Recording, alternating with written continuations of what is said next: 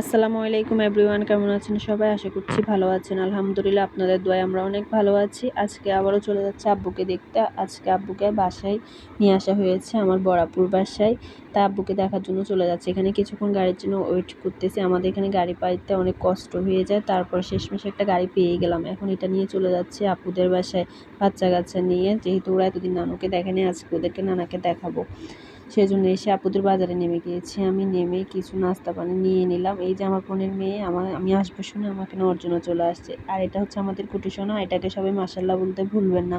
তারপরে নাস্তা পানি নিয়ে এখন আপুদের বাসায় চলে যাব, গিয়ে দেখবো আব্বুর অবস্থা কি। কালকে সারাদিন যেতে পারিনি অনেক ব্যস্ততার কারণে।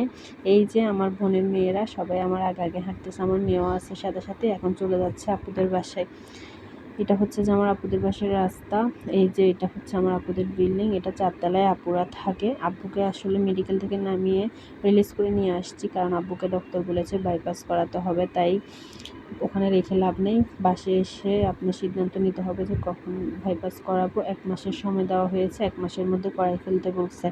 তারপরে এই যে বাসে চলে যাব। এখন আপুদের লিফটে উঠে গেলাম। বাসে এসে এই যে আব্বুর এই অবস্থা, আব্বু শুয়ে আছে। সবাই আব্বুর জন্য দোয়া করবেন, আব্বু যেহেতু তাড়াতাড়ি সুস্থ হয়ে যায়। আজকের ভিডিওটা এই পর্যন্ত। সবাই আমার জন্য দোয়া করবেন। আর ভিডিওটা কেমন হয়েছে